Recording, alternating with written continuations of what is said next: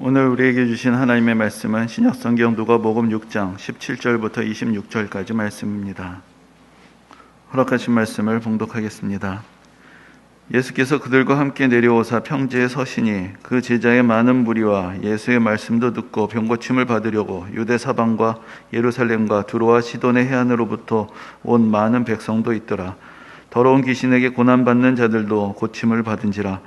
온 무리가 예수를 만지려고 힘쓰니 이는 능력이 예수께로부터 나와서 모든 사람을 낫게 함이로라.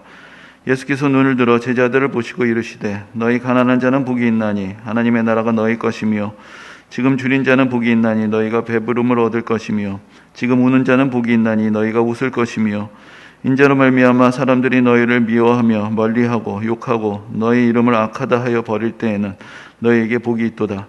그날에 기뻐하고 뛰놀라. 하늘에서 너희 상이 큼이라.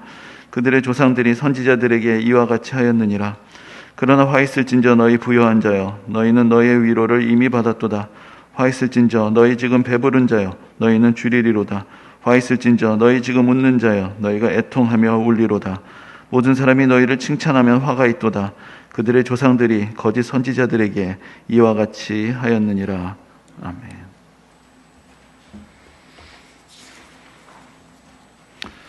여러분 요즘 지우학에 대해서 들어보셨습니까? 아마 많은 분들이 이미 다 알고 계실 것이라고 생각이 되는데 지금 우리 학교는 준말인데 지금 또 우리나라에서 제작해서 전 세계적으로 크게 인기를 얻고 있는 드라마의 제목입니다. 근데 공교롭게도 이번 작품도 좀비가 나오는 아주 그런 작품이 되어서 이전에 이미 부산행, 킹덤, 그리고 좀비라고 하기는 좀 그렇지만 괴물딱지들이 잔뜩 나오는 스위트홈, 이런 작품들이 크게 인기를 얻더니 또 좀비물이 되어서 이제는 K-좀비다. 한국이 좀비의 강국이다. 이런 이야기까지 지금 나오고 있는 것 같습니다. 근데 이 외에도 그 전에 또 크게 인기를 얻었던 드라마나 영화들이 있었죠. 오징어 게임, 지옥, 기생충 이런 작품들이 참 많은 인기를 얻게 되었는데 참 반가운 현상이죠. 그러나 이런 작품들, 특별히 이제 많은 사람들에게 인기를 얻고 주목을 받았던 작품들이 어떤 면에서 보면 참 극단적인 설정, 자극적인 그 내용들을 담고 있고 과도한 폭력이 자주 등장하는 이제 그런 모습을 보게 됩니다. 그리고 우리나라 사회가 가지고 있는 그러한 어떤 사회적인 갈등을 주된 소재로 삼고 있다라는 그런 공통점이 있습니다. 그래서 이런 모습을 보면 어떤 면에서는 우리가 우리의 불행과 갈등을 상품화하고 있는 것은 아닌가라는 그런 생각도 들게 되는 것입니다. 어떻게 생각하면 좀 긍정적으로 보면 우리가 우리 사회의 치부를 드러낼 수 있다는 것은 그만큼 일종의 자신감의 표현이라고도 할 수가 있겠죠. 그러나 그래도 우리나라 사회가 이러한 불행과 갈등으로 표상된다는 것, 그것이 그렇게 달갑게만은 느껴지지 않는 그런 생각들을 해봅니다. 사실 우리나라 사람들이 스스로에 대해서 부정적으로 생각한다라는 것은 이미 잘 알려져 있는 이야기입니다. 작년의 통계를 보아도 이런 통계 우리가 자주 접하는데 그 국가 행복지수라는 것을 조사를 해보면 늘 우리나라 성적이 별로 좋지가 않습니다. 작년에 그 조사한 결과가 전 세계 149개국을 조사했는데 62위, 그러니까 중위권이고 특별히 이제 우리가 소위 선진국이라고 할 수 있는 OECD 국가 37개 나라 중에서는 35위를 기록했다라고 그렇게 보도가 되고 있습니다. 그러니까 완전히 하위권에 있는 것이죠. 분명히 외형상으로는 엄청난 성장과 발전을 이루었는데 왜 우리는 이렇게 스스로 만족하지 못하고 보람스럽게 생각하고 행복을 느끼지 못하는 것일까요? 이게 무슨 국민성인가? 그런 생각도 해봅니다. 우리가 늘 그렇다고 삐딱하고 매사에 불만을 가지고 수천 년을 살아왔던가? 여러분들 잘 아시는 그렇지는 않았습니다. 우리는 원래 풍류를 즐기고 또 흥과 멋을 하는 민족이라고 우리가 그렇게 또 우리의 옛날 조상들의 삶을 생각해 왔는데 언제부터인지 삶에 그렇게 여유를 가지고 즐기는 모습들보다는 경쟁과 스트레스 속에서 어떤 불만을 가지고 살아가는 그런 모습들이 더 자주 비춰지게 됩니다.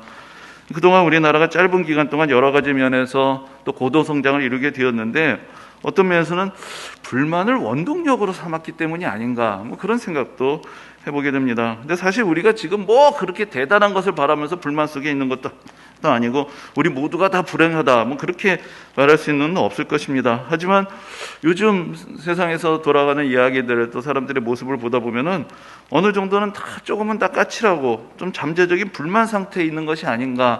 그래서 조금만 잘못 건드리면 시비거리가 나오고 목소리가 높아지는 것을 흔히 볼 수 있는 그런 상황 가운데서 살아간다는 것은 부정할 수 없는 것 같습니다. 그래서 매사를 긍정적으로 받아들이고 그냥 별 걱정 없이 살아가는 사람 뭔가 좀 모질한 사람처럼 보이고 뭔가 좀 까칠한 얘기를 해야 되고 고춧가루 뿌리는 말을 좀 할 줄 알아야 뭘 좀 아는 사람처럼 보입니다. 그러다 보니까 부정적인 인식 또 부정적인 말들이 전염이 되고 더 확산이 되는 그런 모습들을 흔히 보게 됩니다. 우리나라 사람들이 일반적으로 현실을 어떻게 느끼는가? 아마도 제가 생각하기에는 현실을 낙관적으로 받아들이기에는 상당히 부정적인데 그렇다고 해서 그럼 현실을 부정적으로 생각하면서 포기하고 그래서 그냥 낙심하고 절망하면서 살아가느냐? 그렇게 보기에는 또 많은 가능성이 있는 것으로 보는 그런 어정쩡한 상태에 있습니다. 그러다 보니까 어떤 결과가 되느냐? 만족하지도 못하고 포기하지도 못하는 것이죠. 그러니까 죽어라고 열심히 경쟁 속에 뛰어들어서 노력을 할 수밖에 없고 그렇기 때문에 더 힘들고 그래서 더 많은 스트레스를 받고 있는 것이 아닌가 하는 생각을 해보는 것입니다. 사실 이 세상 어느 나라도 다 갈등과 스트레스가 있겠죠. 근데 그 나라들의 지수들을 객관적으로 비교해 봤을 때 우리나라의 행복 지수가 특별히 낮은 이유가 어디 있겠습니까? 뭐 여러 가지 설명들을 할 수 있겠습니다. 그러나 저는 오늘은 그런 생각을 해봅니다. 우리 이 세상에 대한 우리 인생에 대한 설명력 자체를 잃어버린 사회가 되었기 때문에 혼란이 크고 스트레스가 큰 것이 아니냐라는 것입니다. 이게 무슨 말씀이냐? 전통적인 가치관으로부터는 벗어났는데 그렇다고 해서 새로운 공통의 가치관을 아직 형성하지 못한 그런 상태라는 것입니다. 그래서 우리에게 지금 주어지고 있는 어떤 의무감이나 사회적인 압박은 남아있는데 왜 살아야 하는지, 왜 공부해야 되는지, 왜 열심히 살아야 되는지, 왜 정직해야 하는지에 딱히 이유를 찾지 못하고 있는 것입니다. 예전에는 우리나라는 압도적인 유교적인 사회였죠. 그러니까 공자님 말씀이 인생의 모든 영역, 사회의 모든 영역에 답을 주었습니다. 그런데 지금은 우리나라 사회에서 어떤 종교도 대다수의 사람에게 영향력을 미치지 못합니다. 그럼 아예 종교의 세계로부터 벗어난 그런 세속화된 무종교 사회가 되었느냐? 또 그것도 아닙니다. 아직도 우리나라 인구의 절반은 어떤 종교든지 종교를 가지고 있고 또 절반은 아무 종교도 갖고 있지 않은 그런 혼재 상태 가운데 있습니다. 이렇게 공유하고 있는 가치가 없기 때문에 더 이상 전통적인 권위라는 것은 통하지는 않습니다. 전통적인 권위로 갈등을 해결할 수가 없습니다. 모두가 동의하고 있는 그런 권위라는 것이 없기 때문입니다. 그럼 대화와 타협을 해야 되는데 서로 간에 생각하는 가치의 전제들이 다르다 보니까 대화하고 설득하는 것도 쉽지가 않습니다. 개인의 삶에서도 미래에 대한 불안이 가중되는 것은 예전에는 가족이라든지 공동체에 기반을 둔 어떤 전통적인 사회 안전망 안에서 우리가 보호를 받았습니다. 그런데 이제 그러한 전통적인 사회 안전망은 더 이상 기능을 안 하는데 그렇다고 새로운 제도를 우리가 신뢰하기는 아직도 여러 가지 문제가 있고 그러다 보니까 개인의 삶도 불안하고 사회적으로도 어떤 합의된 질서를 찾기 어려운 그런 상황 가운데 살아가는 것입니다. 이렇게 어떤 오래된 전통이나 공유된 가치관, 사회적인 합의가 부재하다 보니까 각자 다 각자 도생의 세상, 자기가 각자 다른 세계관과 가치관을 가지고 그냥 각자 자기의 뜻대로 살아가는 그런 일들이 계속되고 있습니다. 그래서 예전에는 세대를 나눌 때도 뭐 그냥 신세대, 구세대, 뭐 젊은 세대, 기성세대 정도로 나누면 됐습니다. 그런 인식들이 오랫동안 통했습니다. 그런데 여러분들 다 아시는 대로 요즘 어떻습니까? 이 세대 구분이 얼마나 복잡해졌는지 모릅니다. 한동안은 이제 신세대를, 소위 흰세대를 MZ세대, MZ세대라고 했는데 왜 M세대하고 Z세대를 또 같이 보느냐, 또 그런 얘기도 합니다. 그러니까 지금은 20대가 다르고 30, 40대 또 다르고 50대 또 다르고 60대 이상이 또 다릅니다. 정치적인 성향도 다르고 어떤 삶에 대한 인식이나 가치관도 다르고 이렇게 세대가 세분화된 적이 있었는가? 그만큼 우리나라 사회가 얼마나 혼란 가운데 있는가라는 것을 보여주는 그런 예가 될 것입니다. 그러다 보니까 인생의 모든 답을 어떤 합의된 가치관 안에서 얻지를 못하고 각 개개인이 직접 찾아가야 합니다. 그러다 보니까 정신적인 스트레스가 그만큼 크고 삶의 무게가 그만큼 더 크게 느껴지게 되고 그래서 이 설명력이 없는 사회 속에서 자기 자신의 각자의 설명을 찾아가야 되는 그런 여정 가운데 내몰려 있는 것입니다. 이렇게 가치관이 확립되어 있지 못하다 보니까 삶의 우선순위라는 것을 잡는 것이 어렵습니다. 그러니까 무엇을 하는 것이 더 좋은 것인지, 무엇을 더 우선시해야 되는지 이것이 불확실하니까 결국은 어떻게 되느냐, 다 잘해야 되는 것이고 딱히 기준이 없으니까 어떤 기준만 남아있느냐, 남들이란 기준밖에 없습니다. 그러니까 남들보단 잘해야 된다. 왜 잘해야 되는지, 무슨 의미와 가치가 있는지 몰라도 남들보다 뒤처지면 안 된다라는 그런 막연한 경쟁의식이 그 거의 유일한 사회 공통의 코드가 되어 있는 것이죠.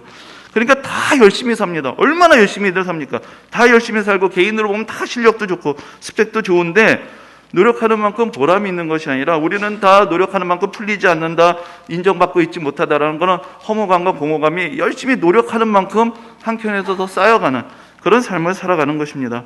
그러다 보니까 많은 사람들이 위로받기를 원하고 인정받기를 원하고 뭔가 내가 잘하고 있다, 내가 수고했다, 그런 이야기를 듣는데 정말로 목말라 하는 그런 모습들을 보게 됩니다. 근데 우리 시대에만 이렇게 참 버겁게 살아가고 있는가? 우리가 성경이 기록되는 시대, 특별히 이제 신약 성경의 무대가 된 1세기 팔레스타인의 모습을 보아도 그 시대의 삶도 그렇게 녹록지 않았던 것을 보게 됩니다. 여러 가지로 혼란의 모습들을 보게 되는데, 종교적으로 보면은 물론 구약 시대로부터 이어지는 그 유대교 신앙이 자리를 잡고 있었죠. 그러나 문화적으로 볼 때는 그동안의 그 이스라엘 역사에서 일어났던 여러 가지 격전들 때문에 헬라 문화가 압도적으로 또 그 유대 지역에 들어와서 퍼져가게 되는 것을 봅니다. 그래서 신약 성경이란 책 자체가 헬라어로 기록이 되었다는 것은 얼마나 그 시대 사람들이 그들에게 원래 낯선 문화였던 그 이방 문화의 영향력 가운데 있었는가라는 것을 보여주는 것이죠. 게다가 정치적으로는 또 더 멀리 있는 로마의 군대가, 로마의 정치적인 권력이 또 그 땅을 지배하고 있었습니다. 그렇게 여러 가지 세력들이 혼지하고 있는 혼란이 있다 보니까 그 백성들의 마음들도 또 지도자들의 그 여러 가지 모습들 다 갈팡질팡하고 여러 가지로 분열되어 있을 수밖에 없었던 것입니다. 그래서 뭐 우리가 잘 아는 대로 바리새파, 사두개인, 뭐 SNF파, 열심당원들 여러 사람들이 서로 비난을 하고 서로 갈라져 있고 서로 간에 자기들이 옳다라고 생각하면서 사람들에게 혼란을 주고 있는 그런 시간들이 계속되었던 것입니다. 그 가운데 살아가는 사람들은 뭔가 위로받기를 원하고 구원을 갈망하면서 그러면서 점점 메시아를 기대하는 그런 사람들의 수가 늘어나게 되었던 것이죠. 그래서 우리가 신약 성경을 보면은 세례요한이 나타났을 때나 예수님의 사역을 시작했을 때나 수많은 사람들이 몰려옵니다. 그만큼 마음 둘 데가 없고 고통스러웠던 현실을 그런 사람들의 모습이 드러내주고 있는 것입니다. 근데 오늘 본문의 말씀도 오늘 본문의 표현대로 하면 예수님의 말씀도 듣고 병고침을 받으려고 유대 사방과 예루살렘과 두로와 시돈의 해안으로부터 많은 백성들이 찾아왔다라고 그렇게 우리에게 말씀해 주고 있습니다. 정신적으로도 공허하고 육신으로도 쇠약하고 영적으로도 억눌려 있던 사람들이 살아가야 했던 그런 답답한 현실을 그대로 보여주고 있는 것입니다. 근데 오늘 본문의 말씀이 누가복음 6장에 기록되어 있는 그 예수님의 말씀을 우리가 평지설교다라는 그런 제목을 붙여서 또 이야기를 합니다. 그 내용들을 보면은 우리가 좀 더 익숙하게 알고 있는 마태복음의 산상수훈하고 많이 좀 비슷한데, 산상수훈 같은 경우에는 예수께서 무리를 보시고 산에 올라가 앉으시니라는 그런 말씀으로 시작됩니다. 그래서 산에서 가르치신 말씀이다 해서 마태복음 5장부터 7장까지의 말씀을 우리가 산상수훈이라고 그렇게 부르는데, 이 누가복음 6장은 예수께서 그들과 함께 내려오사 평지에 서시니라는 그 17절의 말씀으로 시작이 됩니다. 그래서 이 말씀은 평지에서 주신 말씀이고 마태복음의 말씀은 산상에서 주신 말씀이고, 이제 그렇게 구분이 되어서 마태복음은 산상수훈, 누가복음은 평지설교 이렇게 구분을 해서 제목을 붙이게 되는데, 사실 내용으로 보면은 비슷한 면도 있고 또 조금 다른 면도 있습니다. 그래서 산상수훈의 핵심은 우리가 잘 알고 있는 팔복에 있는데, 이 평지설교에는 4가지 복과 4가지 화를 선포하시는 그런 말씀이 담겨져 있습니다. 그런데 공통적으로 복이 있나니라는 말씀들이 반복이 되는 축복의 선언을 우리가 듣게 되는 것입니다. 그런데 이 성경에서 복이라는 말이 나올 때 여러분들 어떻게 생각하십니까? 성경에서 말하는 복과 우리가 흔히 생각하는, 우리가 자주 말하는 복이라는 것은 같은 것일까요? 다른 것일까요? 우리도 벌써 이미 2번의 신년을 보내게 되었는데, 우리가 새해를 맞을 때마다 구정이든 신년이든 우리는 통일된 하나의 인사말, 새해 복 많이 받으세요라는 말로 사람들에게 축복을 하곤 합니다. 그때 우리가 기원하는 복이라는 것과 성경에서 말하는 복이라는 것은 어떠한 차이가 있는가? 근데 우리가 일상에서 복이라는 말을 사용을 할 때 그것은 어떤 면에서 우리가 복권이라고도 하는 것처럼 횡재, 우리가 노력하지 않고 뭔가 대단히 좋은 것들을 얻는 것처럼 그렇게 사용이 되기도 하고, 또 이 세상에서 경제적으로 여유롭고 또 다른 사람들에게 인정받고 또 건강하게 살아가는 그런 상태를 또 복이 있는 상태라고 그렇게 표현을 하기도 합니다. 근데 이제 성경에서, 특별히 이제 신약 성경에서 복이 있다고 얘기를 할 때 그것을 이제 헬라어로 마카리오스라는 그런 단어를 쓰는데, 이 단어는 원래는 인간들에게 쓰던 단어가 아니었습니다. 신들이 누리는 천상의 지복, 천상의 상태를 가리킬 때 사용되던 말이 마카리오스라는 그런 말이었습니다. 그러니까 죽음도 모르고 고통과 슬픔이 없는 그런 신들이 누리는 최고의 행복의 상태를 가리킬 때 마카리오스라는 단어를 썼던 것이죠. 그런데 이제 후대 의미가 확장이 되어서 이 세상에서 풍족하고 여유로운 삶을 사는 사람들도 그런 단어들로 이제 묘사를 하기 시작합니다. 근데 우리가 성경에서 또 사용되는 용례를 보면은 이 세상에서 누리는 그런 또 여유나 물질적인 풍요가 아니라 하나님 나라에서 누리게 되는 행복. 그래서 어떻게 생각하면 이 단어가 원래 가지고 있던 의미를 어느 정도 이제 회복을 하고 있다고 볼 수 있는데, 하나님이 주시는 하나님의 나라에서 하나님과 함께 함으로 누리는 이 지상에서 맛볼 수 없는 그런 큰 기쁨과 은혜를 복이 있다라는 말로 그렇게 표현하는 것을 볼 수가 있습니다.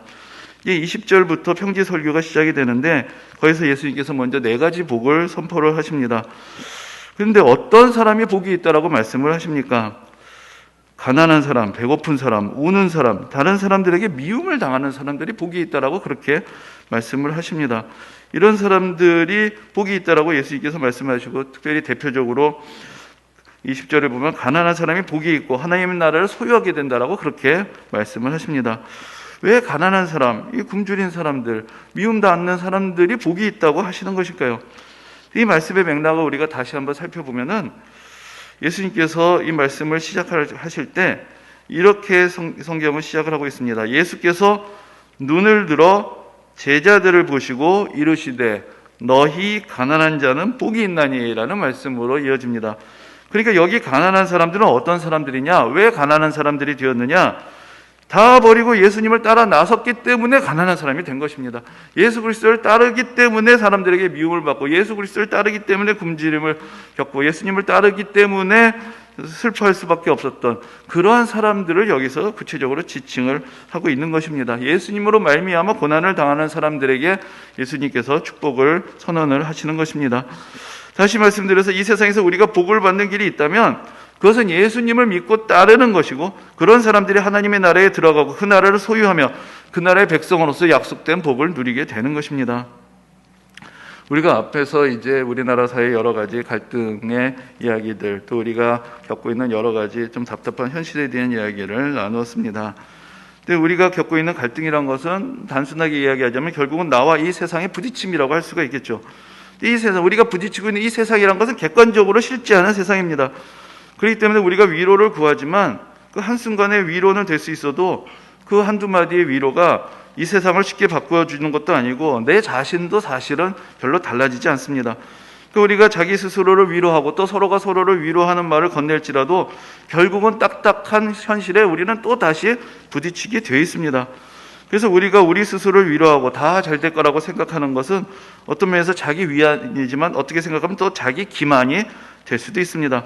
그래서 사실 우리는 똑똑하기 때문에 우리가 스스로에게 주는 그런 립 서비스들, 또 다른 사람들 입으로 듣는 위로의 말들을 정말로 믿는 것은 아닙니다. 그러니까 잠시 동안 위로를 느끼고 잠시 동안 여유를 가질 수 있을지 몰라도 결국은 다시 우리가 회피할 수 없는 불안과 스트레스의 세계 속으로 우리가 직접 또 걸어 들어가게 되는 것입니다. 그렇기 때문에 기독교 신앙의 핵심, 기독교 신앙에서 주는 위로라는 것은 그 내용에 있는 것이 아니라 어떻게, 무엇에 있는 것이 아니라 누가 그 위로를 주시느냐에 있다는 것을 우리가 기억해야 합니다. 예수님이 우리에게 위로가 되는 말씀을 해주셨기 때문에 우리가 예수님을 기억하는 것이 아닙니다. 그 말씀을 하신 분이 바로 예수님이기 때문에 우리가 그 말씀을 믿을 수가 있는 것입니다. 19절에서 보면 이런 표현이 있습니다. 온 무리가 예수를 만지려고 힘쓰니 이는 능력이 예수께로부터 나와서 모든 사람을 낫게 함이로라. 예수님께 능력이 있기 때문에 사람들이 예수님께 나오고 예수님을 만지려고 했고 예수님의 말씀을 들으려고 했던 것이다. 이제 그렇게 성경은 표현하고 있는 것입니다. 예수님이 바로 하나님의 아들, 이 세상의 상속자, 하늘과 땅의 권세를 지니신 분, 그리고 우리를 사랑하셔서 우리를 구원하시기 위해서 이 땅에 오신 분이기 때문에 그래서 예수님께서 나를 변화시키실 수 있고 이 세상을 바꾸실 수 있는 그런 능력을 가지신 분이시기 때문에 오늘 우리는 예수님의 축복의 선언과 약속에 귀를 기울일 수가 있는 것입니다. 오늘 본문의 축복의 선언은 능력이 있고 자격이 있는 분이 보장해 주시는 하나님 나라의 축복입니다. 이 세상은 혼란스럽고 죄의 권세, 어둠의 권세 아래 여전히 놓여 있습니다. 그래서 예수님을 따르는 삶에는 당장은 이 세상을 거스르며 살아가야 하는 고난이 있습니다. 그러나 결국은 하나님의 나라가 이 세상의 모든 권세를 꺾고 승리할 것이고 우리는 그 나라의 백성이 되고 하나님 나라의 축복을 누리게 될 것, 이것이 바로 예수님께서 우리에게 약속하시는 내용이 되는 것입니다. 오늘 본문에서 우리에게 축복하시는 분은, 우리를 위로하시는 분은 이 세상은 어쩔 수 없으니까 그냥 네가 마음을 고쳐 먹어라 이렇게 이야기하시는 분이 아닙니다. 이 험한 세상에서 참 수고 많았는데 그냥 조금 더 수고해라 이렇게 말씀하시는 분이 아닙니다. 우리의 육신의 병을 고치시고 우리의 영혼을 사로잡는 귀신을 쫓아내시는 분입니다. 이 세상의 악한 권세를 꺾으시고 우리의 연약함을 치유하시는 능력이 있으신 분이 우리에게 약속하시고 우리에게 축복을 선언하시는 것입니다. 그러므로 이제 내가 해야 할 일이라는 것은 복을 받기 위해서 쫓아다니는 것이 아니라 이리저리 분주하게 살아가는 것이 아니라 예수님의 말씀을 믿고 예수님을 따르는 그 삶의 부르심을 따라가야 하는 것입니다. 앞으로도 우리의 인생길 그다지 호락호락하지 않을 것입니다. 어려운 일들도 많을 것이고 계획되는 대로 되지 않는 일들도 많을 것이고 노력하는 대로 대가를 얻지 못하는 그런 경우들도 많이 있을 것입니다. 하지만 예수님은 우리에게 이렇게 말씀하십니다. 내가 가난해도, 내가 배고파도, 내가 지금 울고 있어도, 지금 사람들이 너를 욕하고 미워해도 나는 너를 사랑한다. 나는 너를 하나님의 나라로 인도해 줄 것이다. 걱정하지 말고 불안해하지 말고 나를 믿고 소망을 가져라. 나를 믿고 따르는 사람들을 내가 책임을 지고 그 인생을 지켜주리라. 예수님께서는 우리에게 지금도 약속을 하십니다. 오늘 우리 인생에 탈출구가 있고 소망의 문이 있다면 그것은 바로 예수님을 따르는 것입니다. 이 답답한 현실을 넘어서고 넉넉히 이겨낼 수 있는 능력을 예수님께서 우리에게 주실 것입니다. 예수님을 믿고 예수님을 의지하고 예수님을 따르며 예수님의 말씀에 순종하면서 우리를 위해서 예비하신 하나님의 축복, 나라의 축복의 문으로 들어가는 그 은혜가 모든 성도님들에게 함께 하시기를 주님의 이름으로 축원합니다.